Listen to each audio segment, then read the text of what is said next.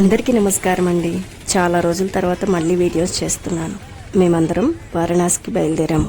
2026 ఫిబ్రవరి 4వ తారీఖు సాయంత్రం 5 గంటలకు తెనాలి నుండి ట్రైన్ 6వ తారీఖు ఉదయం 5:30 గంటలకు వారణాసిలో దించేసింది. కాశీ, వారణాసి, బెనారస్ ఇక్కడికి రాగానే అడుగు మోపిన వెంటనే మనసుకు తెలియని సంతోషం. ఆ భావం మాత్రం చెప్పలేని భావం.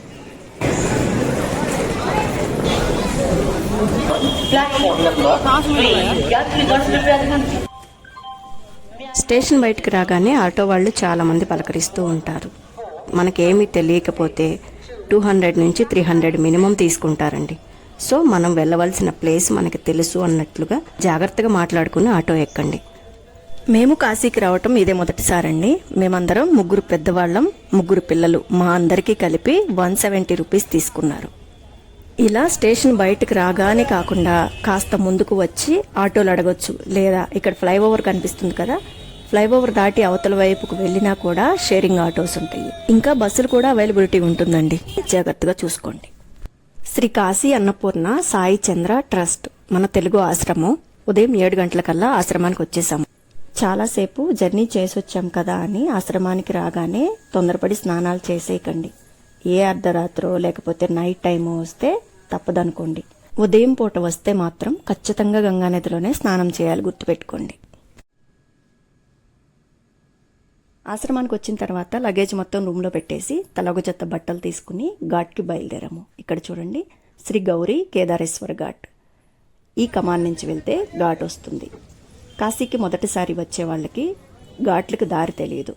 సో ఆశ్రమం వాళ్ళు ఒక బాయ్ని తోడుగా ఇచ్చి ఘాట్కి పంపిస్తారు.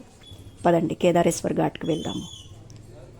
మనం కాశీలో ఎక్కడ తిరగాలన్నా, ఏ దేవుడి దర్శనం కోసం వెళ్ళాలన్నా ఖచ్చితంగా ఇలాంటి చిన్న చిన్న సందుల్లో నుంచే తిరగాలి. మనం నడిచే చోటు ఎలా ఉన్నా కూడా అస్సలు తిట్టుకోవద్దు, విమర్శించొద్దు, ఇంకా అసహించుకోవద్దు. మనం కాశీకి వచ్చిన తర్వాత ఆశ్రమానికి రాగానే మన చెప్పులు అక్కడ విడిచేయాలి. మళ్ళీ మన ఊరికి బయలుదేరేటప్పుడు చెప్పులు వేసుకోవాలి. ఎవరైనా చెప్పులు లేకుండా నడవలేని పక్షంలో చెప్పులు వేసుకుని తిరగండి. వీలైనంత వరకు చెప్పులు లేకుండానే కాశీ మొత్తం తిరగండి. చాలా ముఖ్యమైన సూచన. మేమందరం కూడా పిల్లలతో సహా చెప్పులు లేకుండానే నడిచామండి. మళ్ళీ ఊరికి బయలుదేరేటప్పుడు మాత్రమే చెప్పులు వేసుకున్నాం.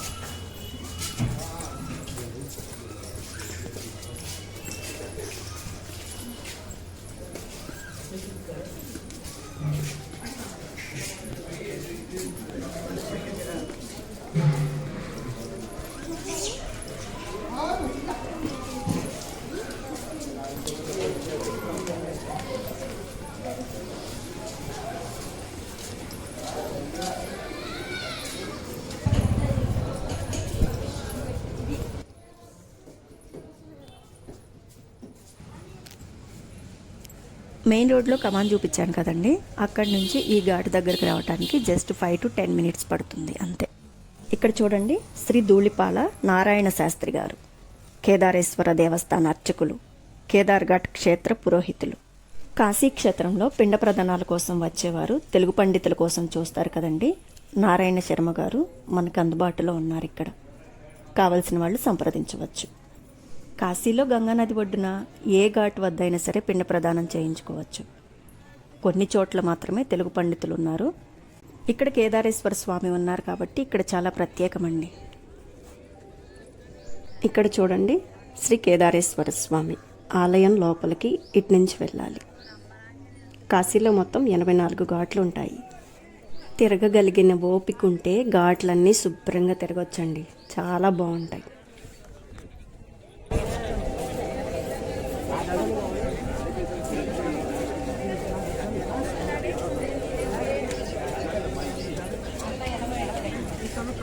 ఈ కేదార్ ఘాట్లోనే గౌరీ కుండం ఇక్కడ చూస్తున్నారా, దీనినే గౌరీ కుండం అంటారు. ఈ కుండంలో నీరు ఉంటుందండి, ప్రజెంట్ అయితే లేదు.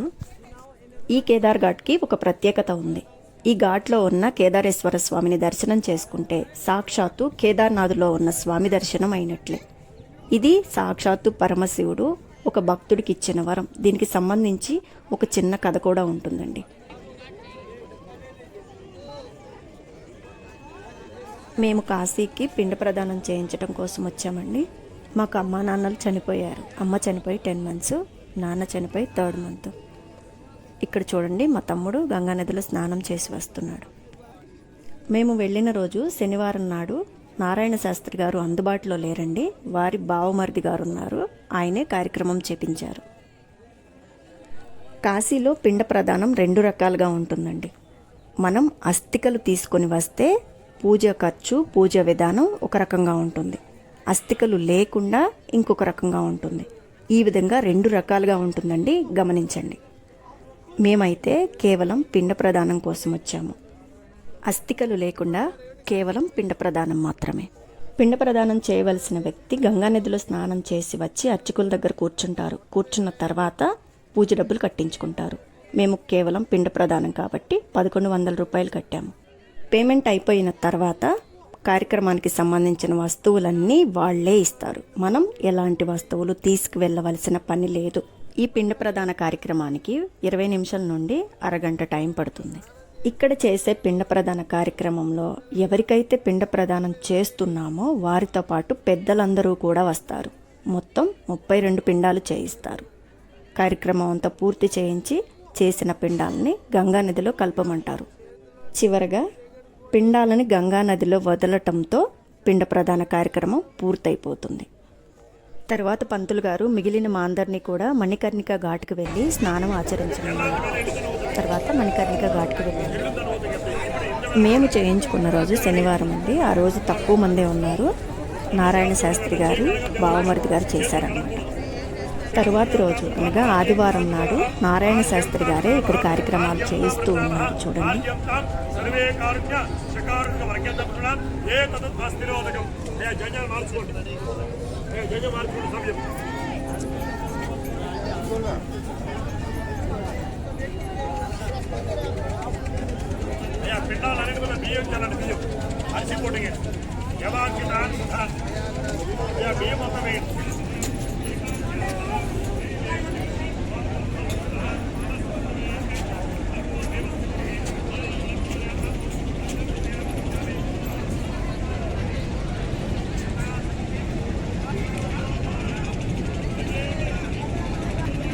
వీడియో నచ్చితే please like, share and subscribe my channel. Thank you for watching.